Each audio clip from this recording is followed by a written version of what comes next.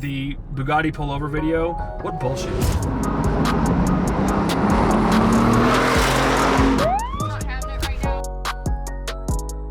So they said that I was impeding traffic. And then at the end, they didn't even give me an impeding traffic ticket. They gave me an illegal parking ticket. And what the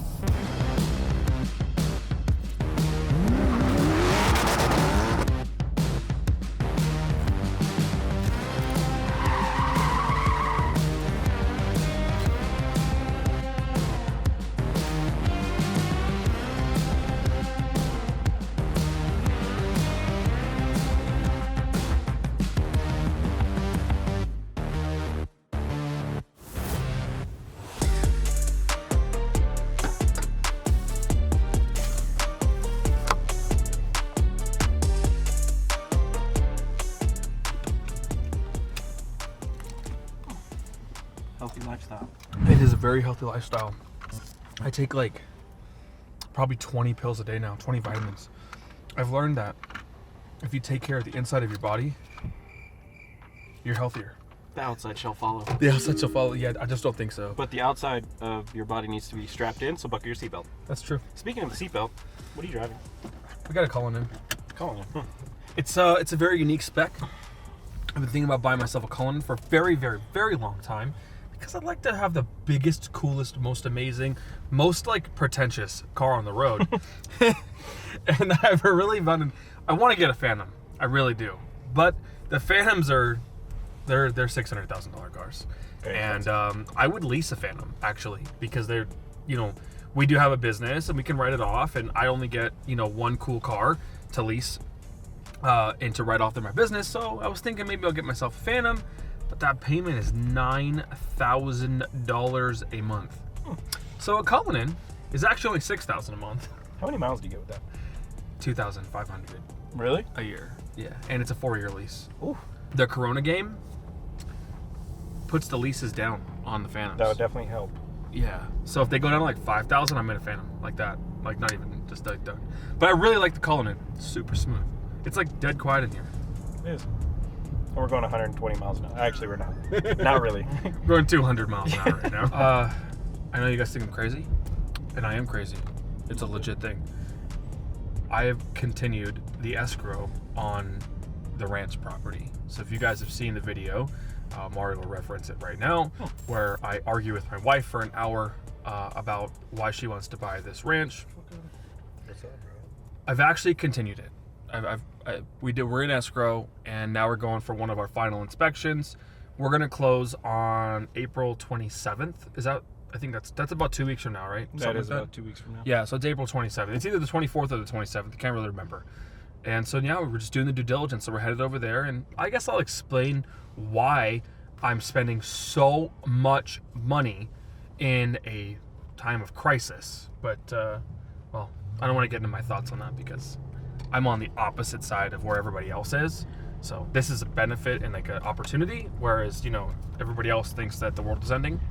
Well, if you look at the equation, time equals money, and you're going to have a lot of time on your hands for right now. We really do. So we're going to turn this time into money. That's really the best thing you've ever said, Tony. I know. You're like, you should start like a podcast. I'm basically Aristotle. Honestly.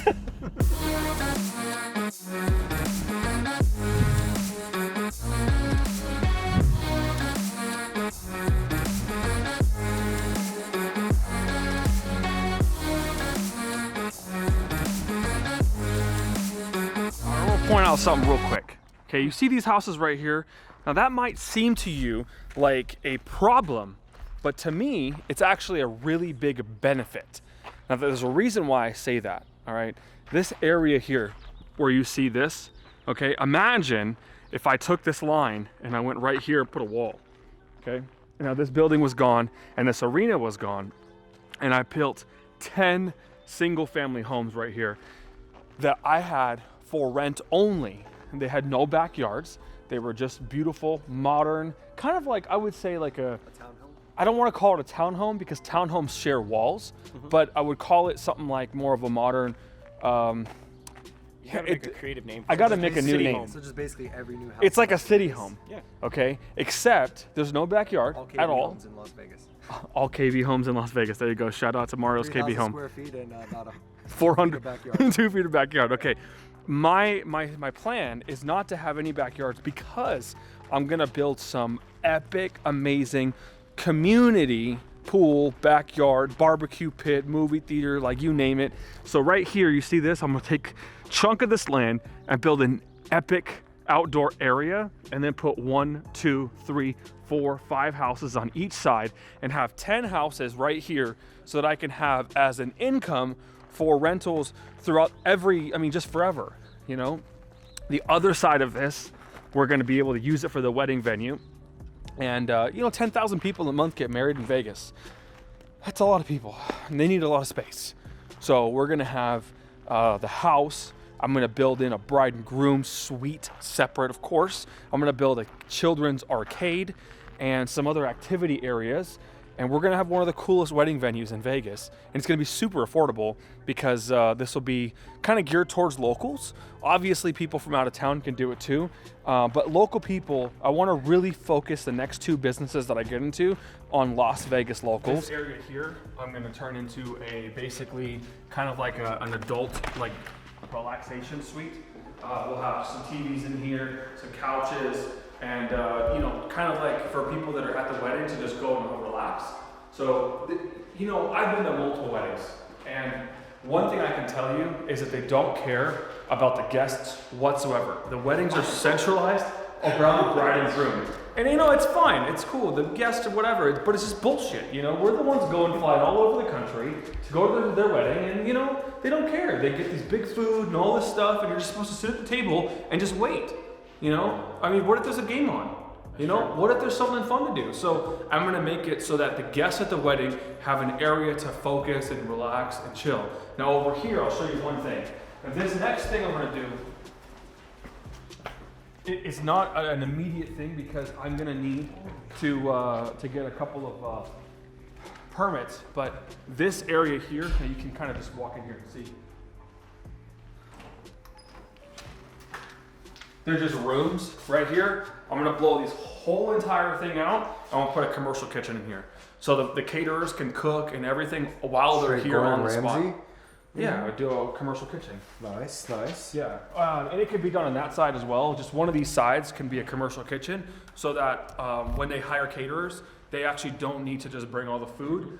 At first, I'm just gonna have a bunch of fridges and a bunch of reheating devices here so that people can, reheat or obviously store their prepared food on the property already.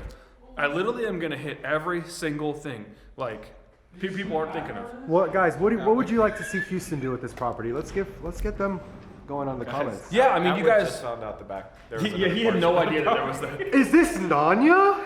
Narnia? He just disappears into the light. He's like.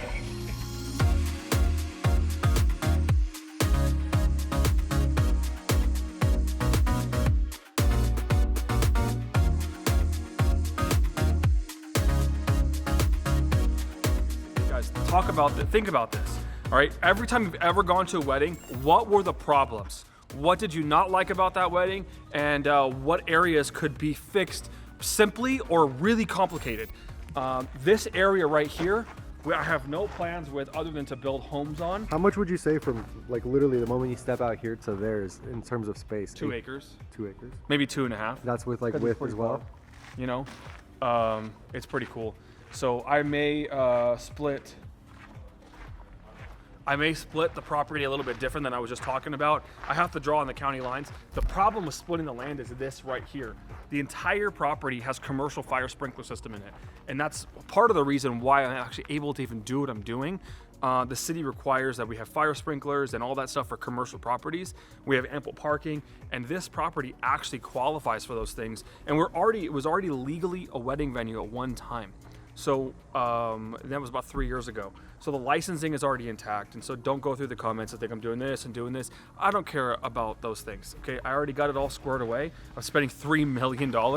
I know a lot more than you guys think I know. So here, it's gonna be cool to landscape. It would also cost more than like a Bugatti to landscape this. Well, it depends. We can do it. We could do it. Yeah, so the fire sprinklers right here are a big problem for splitting the property because you'd have to move these tanks somewhere else, right? Now these tanks are full of water, and if there is a fire, there's a pump that just pumps just a massive amount of water to get rid of it, so that it's not hooked up to the city water. This is actually hooked up to a domesticated well. Now there is water rights on the property. Make it like alkaline water so you have good water, you know? This is well water. So the water here comes from the earth. It comes from the well. It's not city water. It doesn't come on the pipe. So you have to have different type of filtration systems and different type of things to have well water. One of the things you got to get rid of on the property is all these horse areas. Yeah. That's just confusing to me. I just don't know what to do.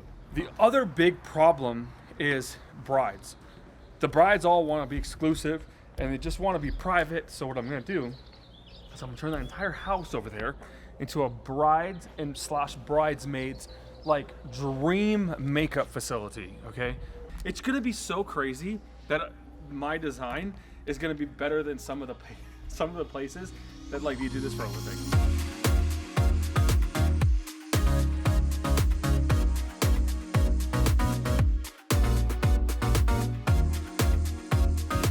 That was exciting.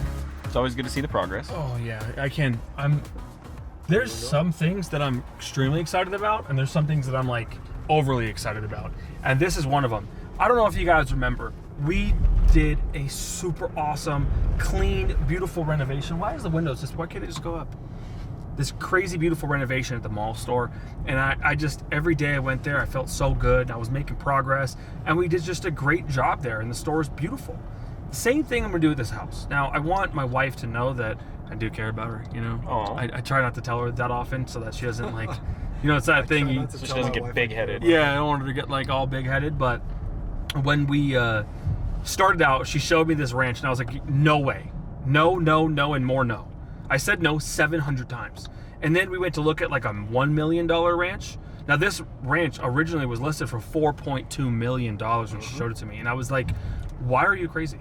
You know, I don't understand. Like, how do you even think that this is an acceptable thing to show me, right? So then she convinced me to go see it, and I was like, okay. I started to think.